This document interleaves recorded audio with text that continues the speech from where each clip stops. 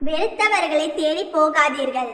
அவர்கள் பெரும்பாலும் யாரையோ தேடித்தான் போயிருப்பார்கள். திரும்பி வந்தால் ஒருபோதும் ஏற்றுக்கொள்ளாதீர்கள்.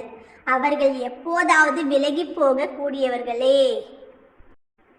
ஒவ்வொரு விடியலும் 2 மாலைகளை உங்கள் முன் வைக்கிறது. ஒன்று கவலை, மற்றொன்று நம்பிக்கை. எதை சூட்டிக்கொள்வது என்பது உங்கள் விருப்பம். பதப்படுத்தப்பட்ட உணவுதான் கெட்டு போகாமல் இருக்கும்.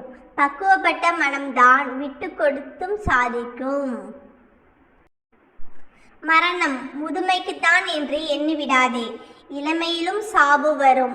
பெருங்காற்று வீசும்போது பழங்கள் மட்டும் உதிர்கிறது, காய்களும் உதிர்வதுண்டு. மகிழ்ச்சி என்பது 10 நொடி கதை.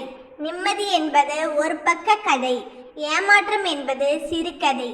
போராட்டம் என்பது நாவல். இதுதான் வாழ்க்கை.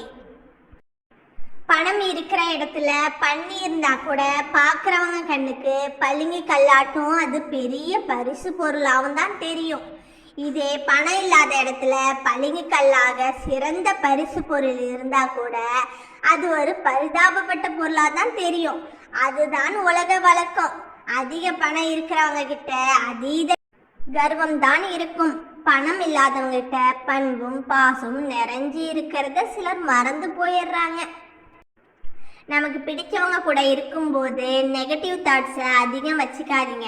பிடிச்சவங்க நம்மளை விட்டு விலகுன அப்புறம் அவங்கள பற்றின பாசிட்டிவ் தாட்ஸை கூட வச்சுக்காதீங்க. இரண்டும் ஆபத்தான விஷயம். ஒருத்தர் அது லவ்டு பர்சனாக கிட இருக்கலாம். அவங்க என்டர் ஆகும்போது எவ்வளவு புன்னகையோடும் சந்தோஷத்தோடும் ஏற்றுக்கிறோமோ அதே மாதிரி அந்த பர்சன் உன்னை விட்டு போகிறாங்கன்னா அதே புன்னகையோட போயிட்டு வான்னு அனுப்பி வைங்க. எதுவும் எப்போதும் நிரந்தரமில்லை. நீங்கள் எந்த தப்பும் செய்யாமல் ஒரு உறவு உங்களை விட்டு தன்னோட சுயநலத்துக்காக போச்சுன்னா விட்டுருங்க. இன்னைக்கு நீங்கள் விரும்பின ஒரு உறவு உங்களை நிராகரிச்சுட்டு போதுனா நீங்கள் வச்ச அன்பு உண்மைனா அதே விதமான நிராகரிப்பு வேறொரு நபரால் அவங்களுக்கு நடக்காதுன்னு என்ன நிச்சயம்? நல்லவன் என்பவர் மது குடிக்காமலோ புகைப்பிடிக்காமலோ இருப்பவர்கள்தான் என்று சிலர் நினைக்கின்றனர். அது இல்லை. உண்மையில் நல்லவன் எல்லோரையும் மதிப்பவர். அடுத்தவனுக்கு உதவி செய்ய முடியாவிட்டாலும் சரி, அடுத்தவனுக்கு செய்யாதவர், பிறருக்கு கேடு நினைக்காதவர், பிறர் குடியை கெடுக்காதவர், தனக்கு அடிபட்டால் வலிக்கும் என்பது போல பிறருக்கும் அடிபட்டால் வலிக்கும் என்பதை உணர்ந்தவர் தான் உண்மையில் நல்லவன்.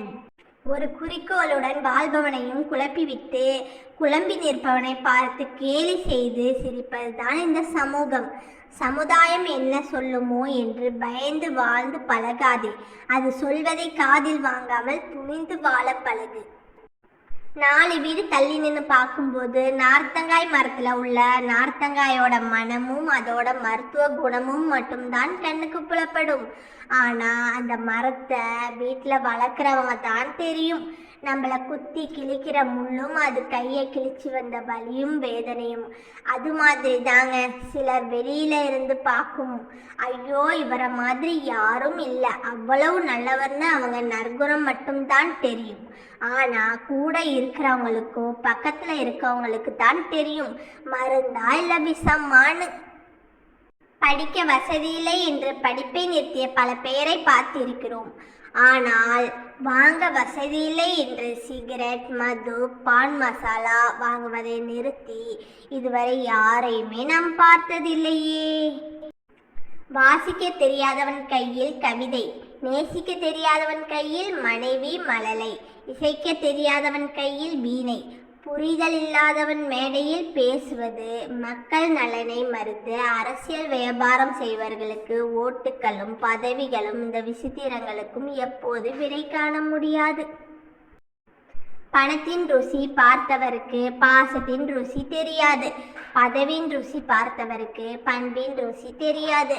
படிப்பின் ருசி பார்த்தவருக்கு பால்யத்தின் ருசி தெரியாது. பஞ்சத்தின் ருசி பார்த்தவருக்கு பாடலின் ருசி தெரியாது. ஓகேங்க, இந்த வீடியோ பிடிச்சிருந்தா லைக் பண்ணுங்க, சப்ஸ்கிரைப் பண்ணிக்கோங்க.